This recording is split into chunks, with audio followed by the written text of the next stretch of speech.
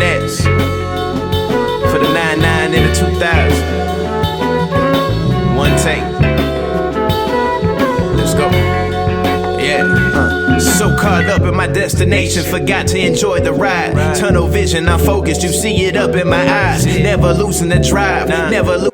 We're back, man. Back at good old Staples Center. Took home court advantage, took game one, lost game two, but it is what it is. We're back at home, sleeping in our own beds now, so we should be doing good. We should be doing really good. There's been a lot of talk going on leading up to the finals. I know everybody's gonna be watching. I'm gonna be watching it. Every year it seems like we get James or Jordan or James. You know, somebody's always, first you had Scottie Pippen saying, hey, you know, LeBron's better than Mike, then he's backtracking. Then you had Horace Grant coming out saying, yeah, our team could have held them down, locked them up. You know, they wouldn't have been able to do anything. And it's like, I don't know. I look at sports in a different, I guess, prism, and what would be the best way to describe it? I look at sports and players as each decade, each year. I almost look at them as laptops or technology, whatever you want to call it. I don't feel good calling a grown man a laptop, but that's how I see it. And it's like, do you want the 92 version of a laptop, or do you want the 2014 version? I mean, each year, each decade, players are going to get better and better. I mean, I don't know what's the big hubbub about it. I mean, you look at Bill Russell. Bill Russell stood 6'8". I think he was 220. He was playing a center back in his day. LeBron is like 6'8", 240 right now. He's probably even bigger than that. And he's a small forward. So, I mean, people don't do nothing. I mean, players, we evolve, we get bigger, we get stronger, they get faster. I was looking at some crazy numbers. And you can go back and look at it yourself. If you look at when Carl Lewis was running and winning medals, if you take the guy that came in fifth, I don't think y'all really hear me. Fifth. If you look at the guy that came in fifth in a race with Usain Bolt, he would have demolished Carl Thomas. He would have demolished him. And I don't think that's anything to feel bad about. I mean, Horace Grant's talking all this stuff, and I'm a LeBron and a Jordan fan. But it's like, he's the same size as LeBron. And if people can quit romanticizing it and go back and look at film, Horace Grant is the same size, but they didn't trust him to do anything with the basketball except dunk it when he got on. He's 6'8". He's a smaller version of Dwight Howard. That's all they trust him to do. Him and LeBron are the same size, except for LeBron has about 20 more pounds on him.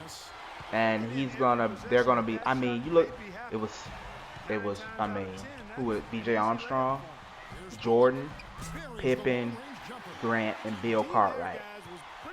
There's two people I'm taking off his team, really.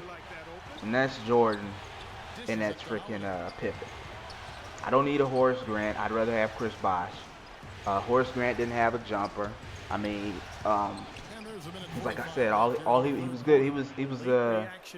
He was better around. I think he was more of a better version of Dennis Rodman, if that makes sense. He could get you boys. He played tough-nosed defense, but you know, he could make a couple buckets around the basket. You know, he had somewhat of soft hands around the basket, but it's just, I don't think it's anything for these old guys to feel mad or feel slighted about.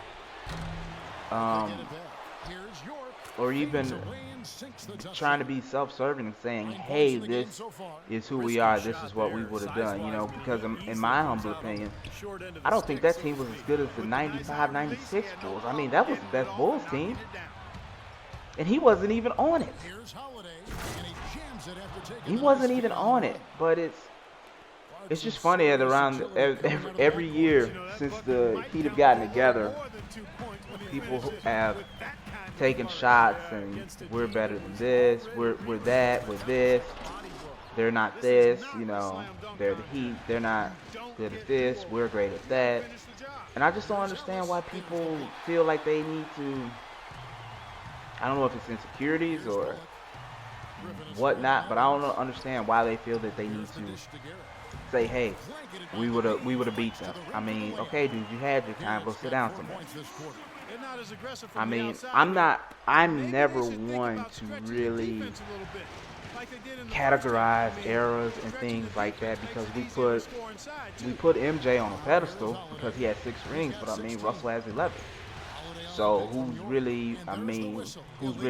people have to make up their minds of what argument that they want to stick to. You know, they always say it's about rings, but then when you bring up Russell, it's like, but no, he did it in an era where I can't even remember what some people say, but it has to do something with his era and not enough elite talent. That may be so, but still, he got 11 rings. So, I mean, if it's about rings, then it's about rings. You know, we can't, out of one side of our mouth, say, you know, he's great because he got 6 rings, but always forget to mention Bill Russell, and he has 11. So who's the better champion? Most people would say 11 beats 6 all the time. That's what most people would say. 11 is better than 6 all the time. You want 11 million or do you want 6 million? I think most people are going to take the 11. You know, but it's just funny how it works and how people feel about certain people. Like, there's really, besides Eli Manning, there's really no player that I actually hate, and I don't really hate Eli Manning. That's just taking a swipe. I don't really hate Eli Manning. It's I think just people are good in their own era. Do I think LeBron could have played in that era? Yeah, because dude's like a freak of nature. He's something we've never seen before. Do I think MJ could have played in this era? Yeah. Dude was a freak of nature. He was something we never seen before, what he could do. But, I mean, people always say, people always bring in the fact that, hey, another good argument point is the hand checking, what Mike could have done with these rules without being hand checking. Granted, that is true. There was a lot of hand checking and stuff that was going on back in the day. But look at the defense and the shading and different things that people run nowadays to stop, you know, superstar players. Like, I just challenge anybody to go back and look at late 80s, early 90s, mid 90s basketball, and just look at the poor rotations that people would do. I mean, it was strictly just straight up man-to-man defense. That's it. Strictly straight up man-to-man defense. And there's just so many other ways. I mean, people have even brought in, you know, zone defenses to the NBA. There's like so many different things that can, you know, correlate to not just, you know, oh, because hand checking isn't here anymore. You know, defense, a person can just go off for 40 and 50 points. I don't think or believe that to be so. It's like I said, I think the athletes nowadays are just ridiculously bigger, stronger, faster. You tell me, do you want a running back from the 1950s or 60s, or do you want somebody like Chris Johnson? Because there's a reason why just think about this. There's a reason why each year at the combine, 40 times are getting faster and faster. Okay, go look at combine stats when they started collecting them. And look at how many low 4.2s, 4.1s, 4.3s you'll find. They are few and far between. Now you got kids doing that aren't even going to elite colleges. And they're coming into the combine, they're putting up 4.1s, 4.2s and things like that. You know, and that's just it's just the nature of the beast. And I don't understand why people can't accept that, why they have to hold on to some kind of romantic notion that just because you were good in one era means you're the end all be all, and you're the measuring stick. It's like I said, in my personal opinion, yeah, he's the greatest winner in modern era. But in my personal opinion, like I said, Bill Russell is the greatest winner. You know, I put him number one, and then I put Jordan number two, and then you got Kareem and Magic, and so on and so forth. But that's how I feel about that. That's how I feel about the situation. I just don't understand why people get so up in arms about what teams are doing, and I hear it all the time, and I think it's funny because I've always been a fan of this. I just like talented people. I was always taught, not taught, but the best good piece of advice that I got was hey, look, don't hate or put down people who got money or they're doing their own thing, or you'll never receive that. You know what I'm saying? So I believe in karma and all that good stuff. So what people do with their own business is their own thing. I mean, I know ESPN made a big deal about the decision and this, that, and the third, and how they celebrated when they got there, and I never understood why so many people were upset about it, because I was like, first off, they had cameras in there, and that camera thing was done. It was done for. Let's put it in this perspective. Let's just say you get together with your coworkers at work, or you get together with your family, and you're gonna say some things, with your family members that you probably wouldn't say in front of everybody, but it's just for your family. So you're figuring, hey, I can say what I want right here. And I think that's what those guys got caught up in. It was this big hubbub, and they were just like, hey, we're in front of a Miami Heat, the crowd and the fans and everything. We're just gonna let everything come out. And they did, and people took offense to that. I didn't understand why people were it felt like they were really butthurt about it, but I was just like, hey, man, let them do them. If that comes back to bite them, it comes back to bite them. But I didn't lose no sleep over it. I didn't make a big deal about the decision and stuff like that. I mean, it brought like $5 million to the Boys and Girls Club. I didn't get butthurt about that. I mean, it's like, so a person chooses to do something and you get upset about it. It's like, dude, and especially with ESPN, it's like, come on, guys. A lot of y'all need to take a look in the mirror and check your own self out. I mean, some of these guys, like, I follow a bunch of ESPN guys on Twitter, and they say so much self-serving stuff even for themselves, and then, but they're quick to point out other people's flaws and what they've done wrong.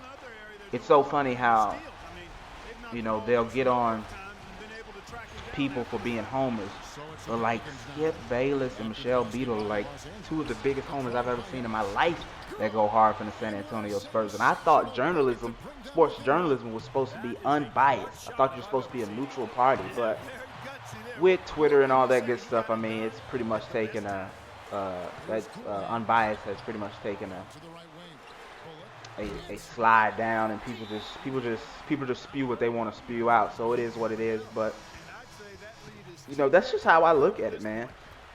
I look at these guys as like laptops, and it's technology, and each decade technology gets better. I mean, from the flip phone to the iPhone, from the ginormous cinder block cell phone people used to carry around in briefcases to these itty bitty phones we have now. I mean, it's crazy. It really is. It's really crazy how far we've come. And I just don't think people should be all up in arms about, hey, this is what has happened to me, or this is, like people are coming for their throne. I mean, I thought records and stuff were meant to be broken. But, I mean, apparently not. But it is what it is. We go ahead. We come back home. We take game 3. Do what we supposed to do. James or Jordan? I don't know. It's your cup of tea. Who would you take? You know what I'm saying?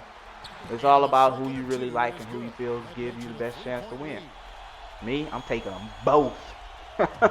I take them both. Nobody said I couldn't, so I'm taking them both. But like I always say, if you don't sub, at least like. If you don't like, at least share. Ahala!